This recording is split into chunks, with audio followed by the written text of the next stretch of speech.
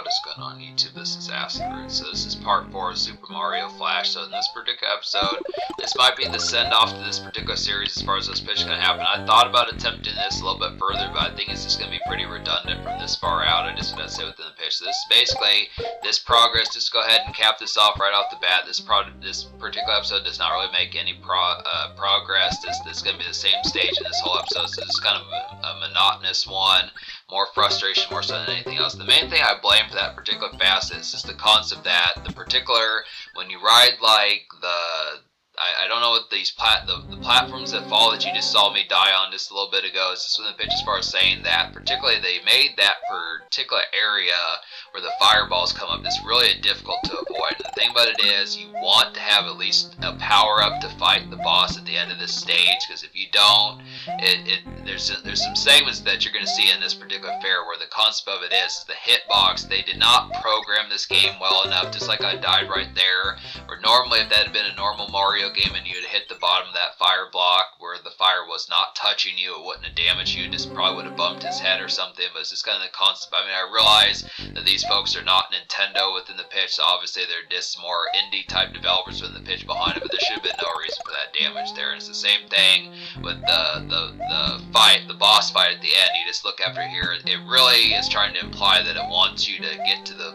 boss with having an extra hit, because it's just extra difficult to get past that particular folk as small Mario. And it's just the pitch that just is not terribly tangible to really be able to do. There's a number of times where in a normal Mario game I probably would have made it past that character, but just because the hitbox is a little bit trickier with the aspect there, and plus these donut platforms, whatever they're called within the pitch, you just have to look after here. It's just kind of the concept that you really look after. They're just a little bit too airtight. Like, you realize the concept about it, they should just keep going. I mean, you just look within the concept. It's very persnickety. You have to learn the mechanics of it as far as this fair is going to happen, because it does not move once you jump off of it. So you can jump forward thinking, I mean, what I would think it's supposed to do is it's supposed to keep moving forward. You just jump and you get past it, then you catch it as it comes back down as it's still moving forward, but it doesn't do that. You have to jump and land on it to get the platform to move, and it's just dastardly by doing that. I don't really like those mechanics, and normal Mario games would not do that. It's very cheap as to how that particular essence kind of happens. So, but they do it twice, so you have to get, I mean, I got past it the first time there like you saw, but just not the second time, so they don't give you another power up. And then there's like some segments here just being able to say that it's just not. So, like, yeah, I mean, you look at it, I mean, you could probably say that I didn't run past it quick enough, but there's just really not a dash function. I want to say that you can't even really dash as far as those fairs going to happen, so you have to be, it's just not tangible within the sense as far as saying that it really gives you much of like a window. I mean, I think if that had been like a normal Mario game, it would have said okay, but it's either the character doesn't jump high enough. I mean, I just feel like the mechanics of it is just not designed. I think what it's intended is you're supposed to just have Fire Mario and then just be able to use the fireballs to get past the enemy, and the concept of this game is just not within, like, it's supposed to be an ass clown of a game. This is the basic function of it. It's just supposed to piss you off, just like Kaizo. You know, most people, 99% of people are not going to be able to beat Kaizo Mario. It's just the fashion. I mean, if you can, that's definitely hats off to be able to do it, but it's just kind of the fashion as far as saying the vast majority. I mean, it was one thing to be able to do that game with a keyboard, but it's another thing if you don't have like a save state function trying to do that on a controller. Like, if you were, I think in some fashions I've actually seen Kaizo Mario purchasable. I've actually seen that game particularly purchasable on like a game pack or something. I don't know what sort of insano folk you'd have to need for that sort of concept, but it's not recommendable in any fashion. I mean, you'd probably have to say how many countless like game controllers you'd probably go through breaking them as far as those pitch can happen. I mean, obviously if you do have the patience for things like Kaizo Mario, but there's just no way.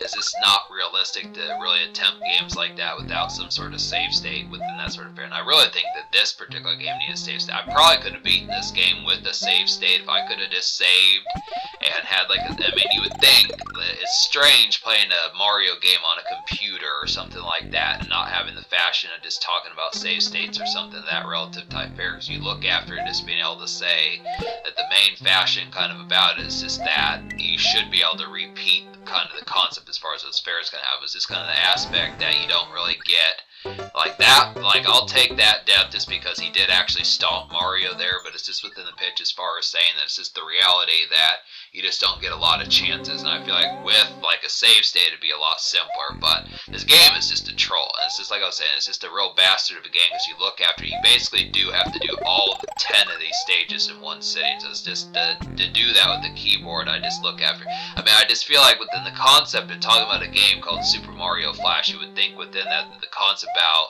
like when you think of Flash games, which I can't really think of specific kind of Flash games, but games that are made for the computer. I mean, I realized that this game came out in like 2005 or 2006 or something, somewhere in there, but still within the fashion as far as saying that this would be the concept that you would think that it would be like the next door neighbor, something easier. It's just the difficulty ramp up is just far more difficult than probably like the concept of what was probably necessary. I know that there's a sequel to this, and I don't know if I would ever do it just because I don't know if that game's worse than this one, but this is probably not quite as tough as Kaizo Mario, but definitely probably about on the realm of like lost levels, especially in the later stages. And just the concept of what particularly goes on. If it had a save function, some fairs like that would have been a little bit different. Apparently, I just didn't see it. You know, when I beat this game back in, or when I beat this stage back in part 3 or whatever, I didn't see a save function. It said, like on the wiki of this or whatever, that basically the concept about it is that it does give you the save function after you complete a fortress, but I just was not seeing this. I don't know what happened there. It just didn't pop up or anything like that, so it just didn't seem realistic. And then just the concept that I moved backwards and clicked the A button on a stage, and then it sent you back to the stage. So we probably, I mean, that just understand that's the concept why you got screwed out of seeing further stages in this game is just because I pressed the A button on a stage that I already completed, which I don't know why you should have been able to do that. I don't know why you would want to. I mean, I don't know why. I mean, in a standard Mario game, I mean, that's just another stupid aspect just altogether, is just being able to say that. It just was idiocy, but I mean, it's not like it's idiocy of the developers, but I just think it was stupid to kind of rush through it and then realize that that's what wound up screwing things up as far as those fairs going to happen. So it's just whatever. You know, I just look at it as just game overs afoot within this particular episode. It's just kind of the concept about it, but you know. It's kind of the affluence behind it. I mean, I just question, you know, Nintendo normally does not do this sort of thing. I mean, I just look after it, you know, just talking about some of that type of stuff. Like, apparently, like, there's a new Nintendo machine coming out and pitches like that. There's just been some stuff that's been going on. I question, like, I don't know. It's just, I look after it like, I'm just paying more attention to, well, running out of stuff to say here. I was going to say something about, like, games today, but it's just more of a tie-in to talk about some more games like this. I just have to say, probably within the aspect, I'm not going to get into, like, you know, I can't really bring up the aspect behind it. I mean, I know Cobalt at least has the Nintendo Switch business with a pitch as far as saying, but yeah, I just look after here, just being able to suppose, like, so yeah, just understand these trollings. Just like, I jumped over that fireball, shouldn't have happened. Just the hitbox is very sensitive, I just would have to say. I don't feel like redoing this particular recording because it did have some good stuff in it, so just being able to say as far as this pitch kind of happened, just kind of the concept. So it's just typical kind of aspects here, just would have to say, but kind of running out of stuff to talk about. It's kind of the concept. If this had been a little bit shorter, an episode kind of would have been fair. But yeah, just to say, more Mystic Quests on the way as far as this pitch going to happen. I would say almost within the concept. I need to get back to Super Mario World, which is probably going to happen. That might actually happen next. I might actually throw up an episode. I mean, I've got another Mystic Quest coming, then I could get to another episode of Super Mario World because that's almost done. It's kind of within the fair of it. I'm just going to have to really get towards that. But it's just kind of an aspect as far as saying that. I don't know.